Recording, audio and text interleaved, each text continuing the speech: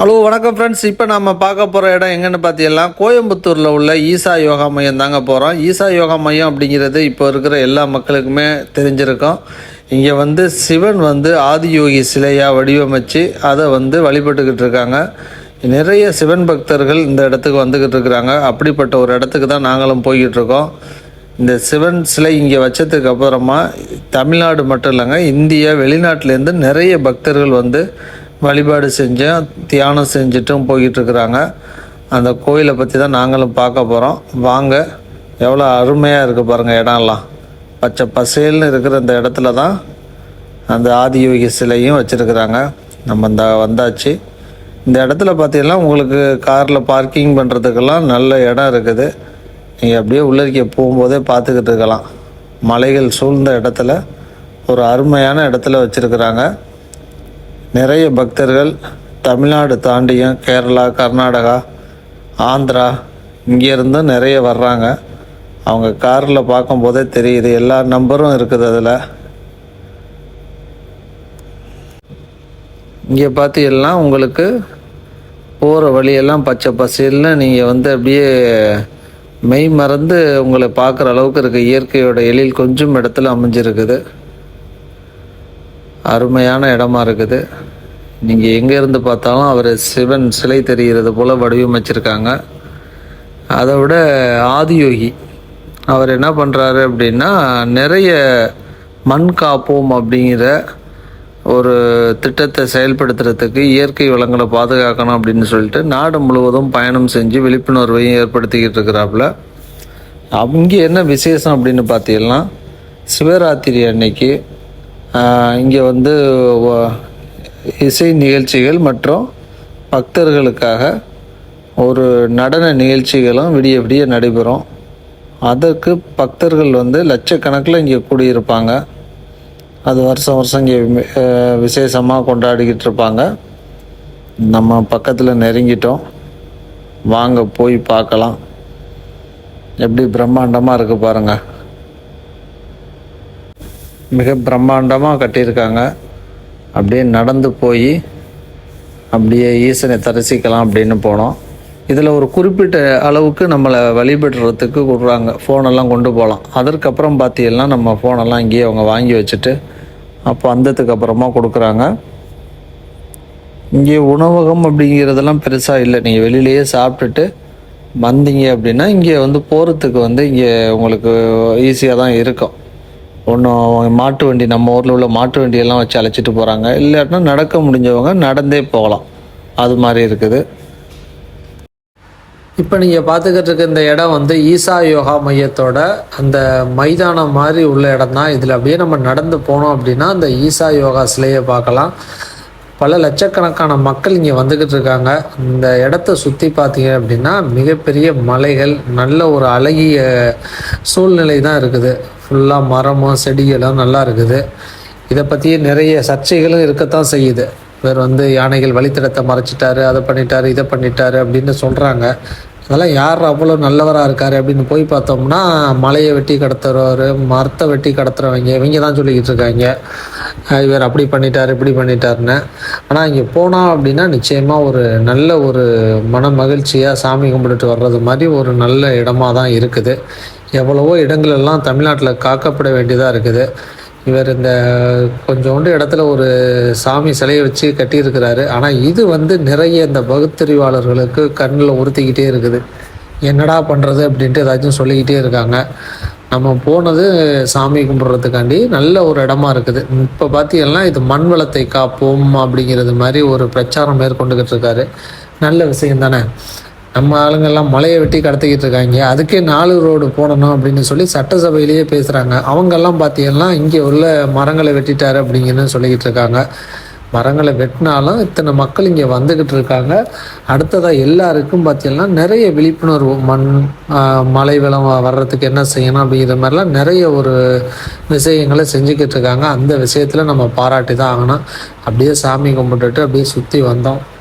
இங்கே பார்த்தீங்கன்னா விசேஷம் அப்படின்னா நவராத்திரி அன்னைக்கு ஒரு நைட்டு பார்த்தீங்கன்னா ஈசா யோகத்தில் ஒரு நல்ல ஒரு இரவு நிகழ்ச்சி. விடிய விடிய பார்த்தீங்கன்னா சிவனோட பாட்டு பாடி ஆதியோகி டான்ஸ் ஆடிக்கிட்டு இருப்பார். அது பார்க்குறதுக்கு நல்லதாக இருக்கும்.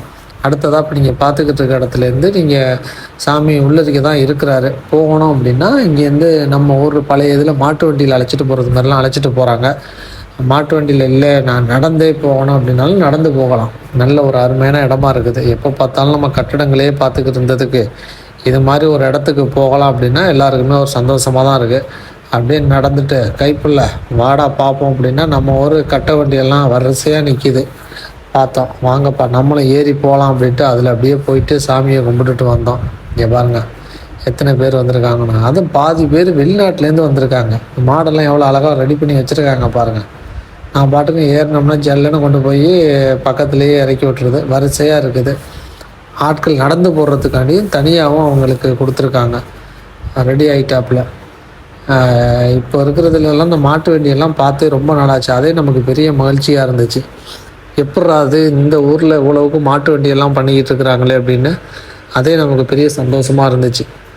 ஏன்னா நாங்கள்லாம் விவசாய குடும்பத்துலேருந்து வந்தவங்க. ஆரம்பத்தில் மாட்டு வண்டி அப்படிங்கிறதெல்லாம் பார்த்துருக்கோம். இப்போ எல்லாம் டிராக்டர் அப்படின்னு வந்ததுக்கப்புறம் அதையே மறந்துட்டோம். நம்ம மாடுகளுக்காக நம்ம பொங்கல் விழா வச்சாலும் இது போல் இடத்துல பார்க்குறது ரொம்ப சந்தோஷமாக இருக்குது. ஏன்னா ஒரு தமிழன் அப்படிங்கிறவன் தான் ஒரு 5000 வருஷமாக ஜல்லிக்கட்டு அப்படிங்கிறத தடை பண்ணும்போது அந்த உணர்வுபூர்வமாக போராடி விலங்குகளுக்கு ஆதரவாக ஒட்டுமொத்தமாக தமிழ்நாடே கொந்தளிச்சிச்சு அப்படிங்கிறத நம்ம மறந்துருக்க மாட்டோம். நம்ம போகும்போது அப்படியே அங்கிட்டு இருந்து பார்த்தீங்கன்னா வந்துக்கிட்டு இருந்தாங்க. அப்படியே வணக்கத்தை சொல்லிவிட்டு அப்படியே போய்கிட்டே இருந்தோம். பார்க்குறதுக்கு எவ்வளோ அழகாக இருக்குது பாருங்கள். நம்ம கமலஹாசன் மாதிரி கட்ட வண்டின்னு பாட்டு பாடிக்கிட்டு போய்கிட்டே இருக்க வேண்டியதுதான். ஜம்முன்னு இருந்துச்சு. என்ன தான் காரில் போனாலும் நம்ம ஊர் மாட்டு வண்டியில் போகிறதே தனி சுகம்தான் அப்படிங்கிறது மாதிரி இருக்குது. நல்லா அருமையாக போய்கிட்டுருக்குது மாடு.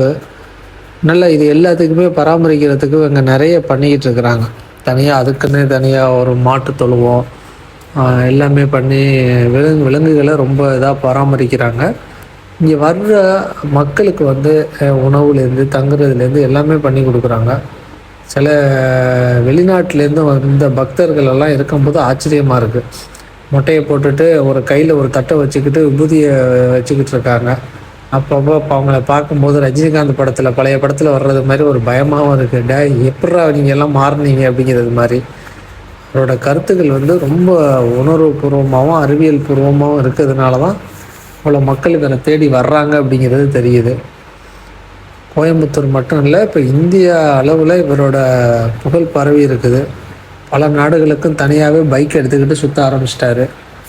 அது மாதிரி பல நாடுகளுக்கு போகும்போது ஈரான், ஈராக்கு இது மாதிரி நாடுகளில் நம்ம தமிழ்நாட்டிலேருந்து அப்போதைக்கு யானைகள், குதிரை இதெல்லாம் கொண்டு போய் மிகப்பெரிய அளவில் நம்ம ஊர் கோயில் மாதிரியெல்லாம் கட்டியிருக்காங்க. அதை இவர் போய் பார்த்துட்டு சொன்னது ஒரு எல்லாருக்கும் அறிகிறது மாதிரி இருந்துச்சு. இவர்கிட்டயே கேட்டிருக்காங்க, உங்களுக்கே இந்த விஷயம் தெரியாதா? உங்கள் தமிழ்நாட்டிலேருந்தாங்க இது மாதிரியெல்லாம் கொண்டு எங்களுக்கு கட்டியிருக்கிறாங்க அப்படிங்கும்போது இவரே ஆச்சரியமாக ஒரு பேட்டியில் சொல்லிக்கிட்டு இருந்தார். இது போல் அறியாத தகவல்கள்லாம் நிறைய இருக்குது. இதெல்லாம் நம்ம பழைய காலத்தில் நம்ம அரசர்கள் நம்ம முன்னோர்கள் செஞ்ச பெருமையான விஷயங்களை நம்மள்கிட்ட சொல்கிறதுக்கு கூட இப்போ ஆள் இல்லை. ஒவ்வொரு நாட்டுக்கும் போகிற தமிழர்கள் அங்கேருந்து வீடியோ எடுத்து போட்டால் தான் இப்படி தெரியுது. தமிழ்நாடு எங்கே இருக்குது, ஈரான் ஈராக் எங்கே இருக்குது, அங்கே போய் யானைகள் இதெல்லாம் கொண்டு போய் மிகப்பெரிய அளவில் தூண்களையும் கோயில்களையும் இப்போ கட்டியிருக்கிறாங்க. மிகப்பெரிய மண்டபங்களையும் கட்டியிருக்காங்கன்னா பெரிய விஷயந்தான். அப்படியே சாமியெல்லாம் கும்பிட்டு வந்தோம். ஏன்னா உள்ளதுக்கு வீடியோ எடுக்க விட மாட்டுக்கிட்டாங்க. வீடியோலாம் கிடையாதுப்பா, ஃபோனெல்லாம் இங்கேயே வச்சுட்டு வந்துடுங்க அப்படின்ட்டு போய் அங்கே உள்ளரிக்க நீச்சல் அடிச்சுட்டு போய் சாமியை கும்பிட்டுட்டு வந்தோம். லிங்கம் இருக்குது. அப்படியே தண்ணீர் மலையிலேருந்து வருது. அதில் குளிச்சுட்டு சாமி கும்பிட்டுட்டு வந்தால் இரவு ஆயிடுச்சு. இரவு வெளிச்சத்தில் சிவனோட அந்த சிலையை பாருங்கள் எப்படி மின்னுதுன்னு. அப்படியே பாடல்களும் அந்த சிலையும் பார்க்கும்போது நமக்கே ஒரு பிரமிப்பாக இருந்துச்சு.